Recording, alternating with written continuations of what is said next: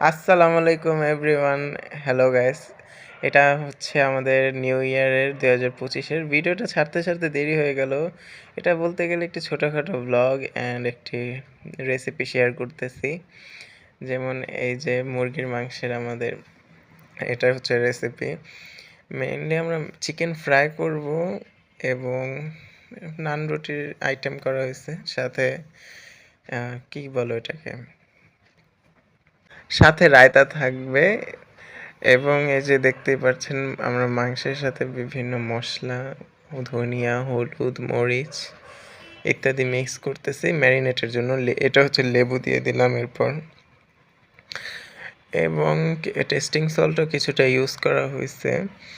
সাথে যে আমরা ভিডিওতে মোটমাট লেবু 3টা দিয়েছে। এটা হচ্ছে চিনি দিয়ে একবারে হাতের মধ্যে, এটা হচ্ছে সরিষার তেল অ্যান্ড এটা হচ্ছে জিরার গুঁড়ো। এর মাধ্যমে পুরাটাকে ম্যারিনেট করার পর দেন আমরা এটাকে 2-3 ঘন্টার জন্য রেখে দিব। এবং এটা স্টার্টিং করা হয়েছে বিকাল থেকে। এই যে ম্যারিনেট করার পর আমরা এই যে ফ্রাই প্যানে ফ্রাই করতেছি।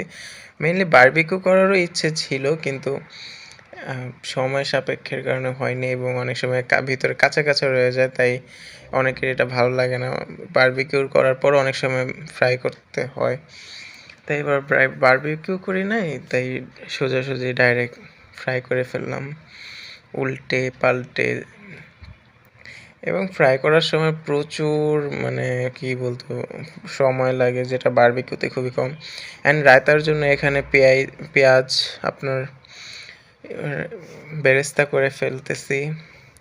এবং পেঁয়াজটা যখন এরকম ডার্কিশ কালারে ব্রাউন হয়ে যাবে, দেন আস্তে আস্তে এখানে ঘি অথবা আপনার গুঁড়া দুধ ইত্যাদি ইউজ করবেন। অ্যান্ড এটা হচ্ছে আমাদের যে মশলার যে সাইডটা মুরগির ফ্রাই থেকে বেঁচে গেছে, ওইটা ঢেলে দিলাম। অ্যান্ড এটা ডলা দিতে এরকম রায়তার টেস্ট আসবে এবং এটা প্রচুর হেভি টেস্ট হয়, দারুণ মজা।